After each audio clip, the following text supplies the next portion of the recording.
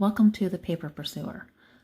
Today is February 19th, 2020. I'm going to go back a couple days to episode 1182, What's Bill Barr Really Doing, on Monday, February 17th, to get us caught back up on some of the articles we may have missed. There's some long ones in here, so bear with me, guys.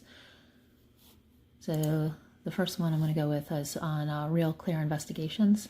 It's titled Bury an IG Report, How an FBI Team in Rome Gave Steele Highly Guarded Secrets, by Eric Fleton, February 14th, 2020. A month before the 2016 presidential election, the FBI met Christopher Steele in Rome and apparently unlawfully shared with the foreign opposition researcher some of the Bureau's most closely held secrets, according to unpublicized disclosures in the recent Justice Department Inspector General report on abuses of federal surveillance powers. What's more, Steele, the former British spy who compiled the dossier of conspiracy theories for the Hillary Clinton campaign, was promised $15,000 to attend the briefing by FBI agents eager to maintain his cooperation in their Trump-Russia collusion investigation, code-named Crossfire Hurricane. That investigation was so closely guarded that only a handful of top officials and agents at the FBI were allowed to know about it. The report by Inspector General Michael Horowitz details how a team of FBI agents in early October 2016 shared with Steele extensive classified materials just weeks before the Bureau cut off ties with him for leaking his own research to the media. The secrets included foreign intelligence information, still considered so sensitive that the IG's report refers to it even now only as coming from a friendly foreign government. In fact, this is a reference to Australia. That country's ambassador to Britain sent the United States a tip about loose talk by junior Trump campaign advisor George Papadopoulos. The FBI has described that as the predicate for its Trump-Russia investigation. The IG report also discloses that FBI agents knew Steele worked for Glenn Simpson, whose opposition research firm Fusion GPS was paying Steele to dig up dirt on Trump for the Clinton campaign, and that Steele informed the FBI that the candidate, Clinton herself, knew about Steele's work. Steele did not keep to himself the classified material he had learned from the FBI. Shortly after the Rome meeting, Steele briefed Simpson on what the FBI had disclosed to him. The FBI's disclosures to Steele, described on pages 114 to 115 and footnote 513, and supported on pages 386 to 390 and footnotes 252 and 513, deep in Horowitz's report, were violations of laws governing the handling of classified material, according to the Inspector General and experts in national security law who spoke with RealClearInvestigations. The Department of Justice did not respond to questions from RealClearInvestigations. Steele and Simpson did not respond to interview requests placed with their offices. The FBI's decision to share classified information with a partisan operative and private foreign citizen is all the more curious because the team investigating figures associated with the presidential campaign of Donald Trump made extensive efforts to keep the very fact of Crossfire Hurricane a secret from their own colleagues at the Bureau.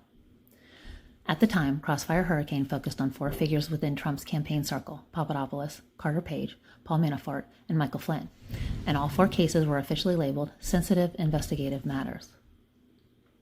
But the cloak of so-called SIM protection was deemed insufficient in this instance, because the investigation wasn't just about subjects involved in a run-of-the-mill political campaign.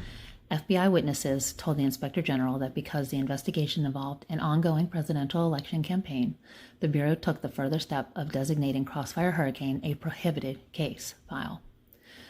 When an investigation is prohibited, its files can be accessed only by those who are officially working the case.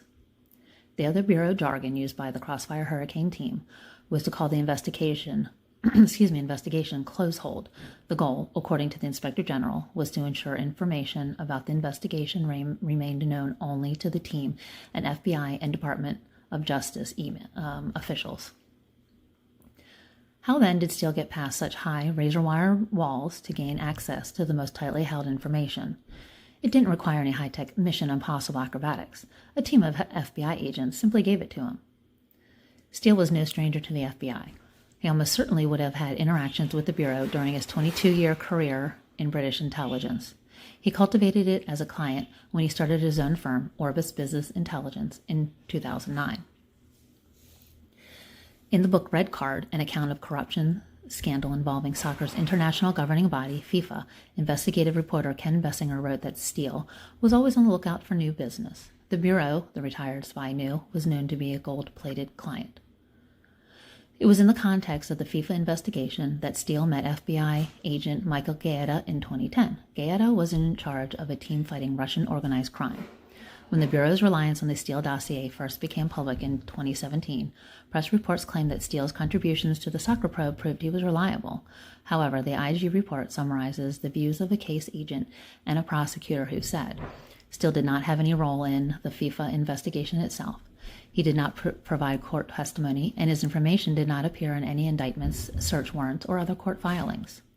Nonetheless, between 2014 and 2016, Steele collected $95,000 from the Bureau for his work on the FIFA case and reports on corruption in Russia and Ukraine. His paymaster was Gaeta, referred to in the Horowitz report as Handling Agent 1. So when Steele and Simpson decided to approach the FBI to promote a conspiracy theory about Trump and Russia, Gaeta was a natural contact. Steele met with Gaeta in London on July 5, 2016, and presented him with a tantalizing preview of the dossier. This first installment included the lurid P-tape story, the salacious rumor that Trump had paid Russian prostitutes to urinate on a Moscow hotel bed the Obamas had slept on. By September, Steele had given the FBI the bulk of his Trump-Russia reports. That led to the meeting in Rome on October 3 between Steele and several agents from the Crossfire Hurricane team, as the IG report described them. Case Agent 2, a supervisory intel analyst, and an active section chief, together with Gaeta. Much of the public reporting regarding this meeting has focused on the information Steele shared with the FBI, and the many reasons agents should have doubted his credibility. But largely neglected has been the opposite side of the equation, what the FBI told Steele. The Inspector General reports that the Bureau revealed to him how much of the highly classified information that it had gathered regarding alleged Trump-Russia links. The FBI had every reason to expect Steele to share information with Glenn Simpson, whose client was the Clinton campaign. Steele claims to have been candid with Gaeta about who was writing his checks for his Trump-Russia research. Steele took notes of the July 5 meeting he had with the handling agent, according to the Horowitz report. Those notes stated that Steele told Gaeta Democratic Party associates were funding his Fusion GPS work, that the ultimate client was the Clinton campaign, and that the candidate was the IG report, as the IG report puts it, was aware of Steele's reporting. But by the fall, the Crossfire Hurricane team was so eager to lock in access to Steele's ongoing reporting that they were willing to offer the former spy inducements. Steele said the FBI didn't want him to share his election intelligence with other U.S. government agencies or with any of his private clients except for Fusion GPS. Gaeta said it was a reasonable request given that Steele was now being offered compensation to go forward from the United States government, compensation such as the $15,000 he had been told he would be paid for attending the meeting in Rome. More significantly, Steele received highly classified information. In a meeting that lasted nearly 3 hours, according to the IG report, Case Agent 2 gave Steele a general overview of Crossfire Hurricane, as well as more granular details of the cases being developed against Page, Papadopoulos, Manafort, and Flynn. All of that information, especially friendly foreign governments' communication with Washington, is classified, the IG report states. This alarmed Gaeta, who deemed it peculiar to give Steele an overview of the Crossfire Hurricane investigation, let alone providing names of persons related to the investigation. The supervisory intel analyst was also alarmed, according to the IG report, and notified his supervisor about his concern, once back in Washington. It didn't take long for those secrets to get passed on to Simpson. Crime in Progress, Simpson's recent book about the Trump-Russia affair, co-authored with Fusion co-founder Peter Frisch, relates that Steele briefed him on what had happened at the meeting in Rome, including the FBI's disclosure that it was investigating Papadopoulos. In footnote 513, the IG report states investigators examined whether the FBI disclosed classified information to Steele. The Inspector General determined that Case Agent 2 did so when he discussed information with Steele that the FBI received from the FFG, and that he did not have prior authorization to make the disclosure. This is no small matter. Sharing classified information with anyone not authorized to receive it is a crime, says Sean Bigley, an attorney specializing in national security law. But sharing classified information with a non-U.S. citizen not authorized to receive it is also the very definition of harm to national security. So let's see. Instead of recommending Case Agent 2 for any prosecution or punishment, the IG report offers possible explanations for the agent's behavior. One is that the agent had been given significant latitude from his supervisors to frame his discussions with Steele. Another is that the case agent believed he had authorization to discuss classified information with Steele based on prior discussion with his supervisors. But the report suggests no effort by the IG's office to determine how and why the agent could have believed that. Another explanation offered is that a Counterintelligence Division Section Chief was present when Case Agent 2 made the disclosure, the Horowitz report states. And the CD Section Chief did not voice objection to it at the time or afterward. The Inspector General's office treats the Section Chief's presence as tacit permission for Case Agent 2 to disclose classified information, but this rationale also cuts the other way. If the disclosure of highly classified material was not just the careless act of a rogue agent, then was it FBI policy? If so, who made that decision? An earlier footnote, number 252, states, FBI security staff told us, the IG's office, that the Assistant Director for CD, Counterintelligence Division, can authorize the disclosure of classified information. Is there a record? This authorization was granted. RealClearInvestigations provided written questions to the Inspector General's office. RCI asked whether the IG had identified any law, rule, or regulations giving the Assistant Director the power to authorize disclosure of classified material. Office of the Inspector General spokesman Stephanie M. Logan declined to comment. For there to be declassification or authorization to share classified material, typically there would have to be a record, says Robert Ettinger, former senior deputy general counsel at the CIA. The IG did not report finding any such record. Even if there were paperwork, the FBI may not be in a position to declassify anything and everything it chooses. The FBI assumes they have a lot more authority than they do, says Ettinger. For example, if a given piece of information is classified by the CIA, the FBI does not have authority to unilaterally declassify it. The IG report raises the possibility that the FBI might be excused given the need to manage its confidential human sources. After all, if a CHS is going to look for information on the targets of an investigation, he needs to know who the targets are. But even if there were some automatic security clearance for anyone who acts as a CHS, that wouldn't explain away the breach.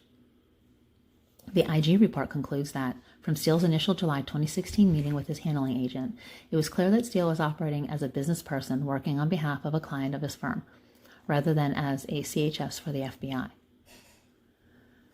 Days before the presidential election, the Bureau made it official that Steele was not a CHS. He was closed as a source on November 1, 2016, after the FBI learned he had been sharing his own research with the press. Beyond Steele's connections to Simpson and Clinton, the Crossfire Hurricane team should have had other concerns about sharing classified information regarding the Trump-Russia probe with him. They had reason to believe that Steele's other clients included the Russian oligarch Oleg Deripaska, who has close ties to President Vladimir Putin. To appreciate the magnitude of the FBI's breach of the rules governing classified materials, consider how the Bureau's former director James Comey and former general counsel James Baker have used classification to limit what Michael Horowitz was able to ask them. Comey and Baker chose not to request that their security clearances be reinstated for their OIG interviews, the Inspector General writes.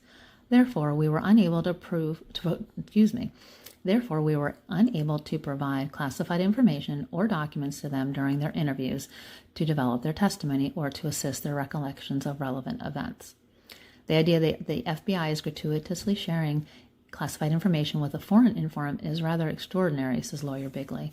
If one of my clients did this, they would be stripped of their security clearance, out of a job, and probably facing indictment. So I'm going to go back up a little bit in the article. They actually have inserted the Justice Inspector General's report found unauthorized disclosures and gave explanations for them. So it shows the footnote 513 that was referenced in the article. It says, we also examined whether the FBI disclosed classified information to Steele during the early October meeting.